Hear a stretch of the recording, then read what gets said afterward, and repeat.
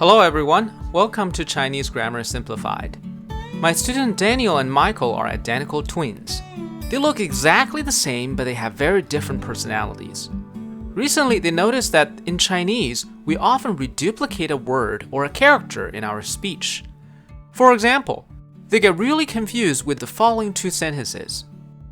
妈妈天天早上高高兴兴地去院子里看看她种的一个个大大小小的果子。她想秋天请朋友来热闹热闹，一起吃。Similar to twins, the reduplication of words may look similar, but their meanings can be vastly different. If you are as confused as Daniel and Michael, in the next 6 minutes, let's take a look at some of the most common uses of reduplication in Chinese. Let's start. In Chinese, the meaning of reduplication varies based on the type of words we repeat.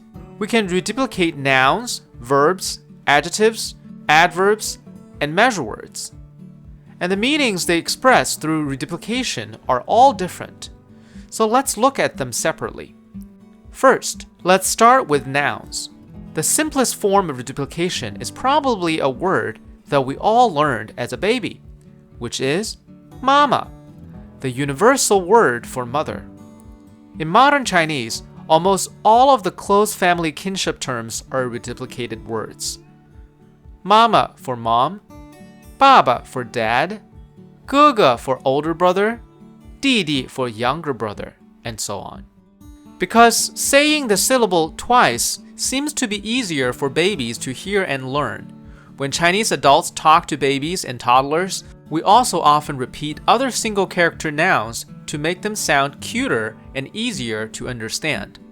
For example, when we want to tell a toddler to eat food, instead of 吃饭, we could say 吃饭饭. To play with the ball, instead of 玩球, we could say 玩球球. This usage usually occurs with two-character verb-object compound words. We turn them into the format of verb, object, object, as seen in the examples. But unless you're talking to toddlers, I wouldn't recommend doing that in daily conversation.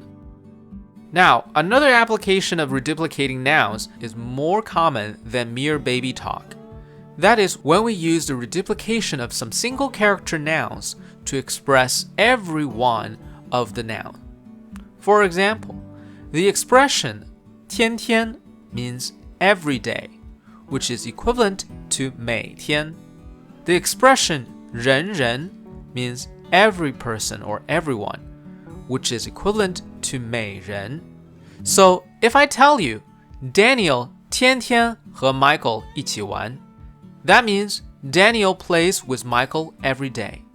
If I say 人人都喜欢 Daniel 和 Michael, that means everyone likes Daniel and Michael. Now let's move on to verbs. By reduplicating verbs, we're essentially saying do a little bit of the verb. For example, 看看 means to take a look. We can also say 看一看. 玩玩 means to play a little. We can also say 玩一玩. Through reduplication, we add a casual tone to the action and make it sound less formal in conversation. We're essentially suggesting a slight effort in the action instead of a fully dedicated effort. For example, Daniel 想看看这本书. Michael 想玩玩这个游戏. They mean Daniel wants to take a look at this book. Michael wants to play this game for a little bit. We can also apply this to two-character verbs. For example, 练习练习 means to practice a bit.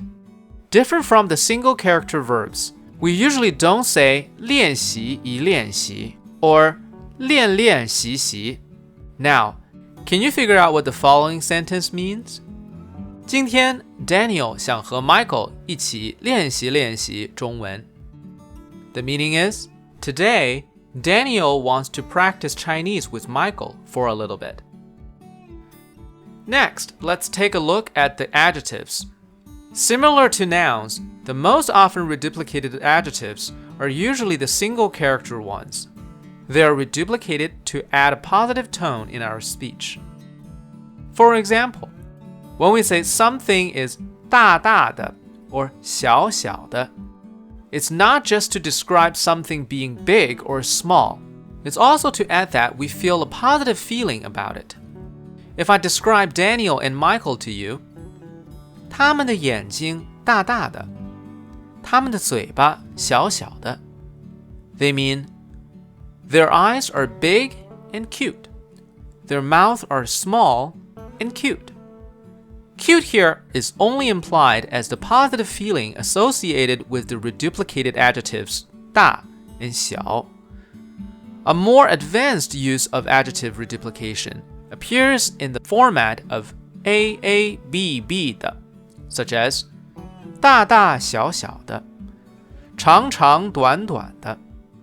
As you can see, each of these phrases contains two adjectives with opposite meanings. 大 big versus 小 small. 长 long versus 短 short. But how can something be both big and small or both long and short? The fact that they are contradictory to each other means that the phrases are actually used to describe not just one item, but instead a variety of items. If I say, Michael 的桌子上有大大小小的苹果, that means on Michael's table there are apples of various sizes, large ones and small ones. If I say, Daniel 买了长长短短的笔, that means Daniel bought pens of various sizes, long ones and short ones. Whoa, that's a lot to take in. I don't know about you, Daniel, but I think I need some time to think. Yes, you're right, Michael. We already covered a lot today. However, to solve the puzzle in the beginning of the video, we still need to figure out the reduplication of adverbs, measure words, and a special use of reduplicating adjectives. Let's untangle them in the next video. Stay tuned. As always, to help you practice, please take a look at the following English sentences and think about how you would say them in Chinese. You can find the answers on my website. If you have any questions about any Chinese grammar point that confuses you, please leave a comment below.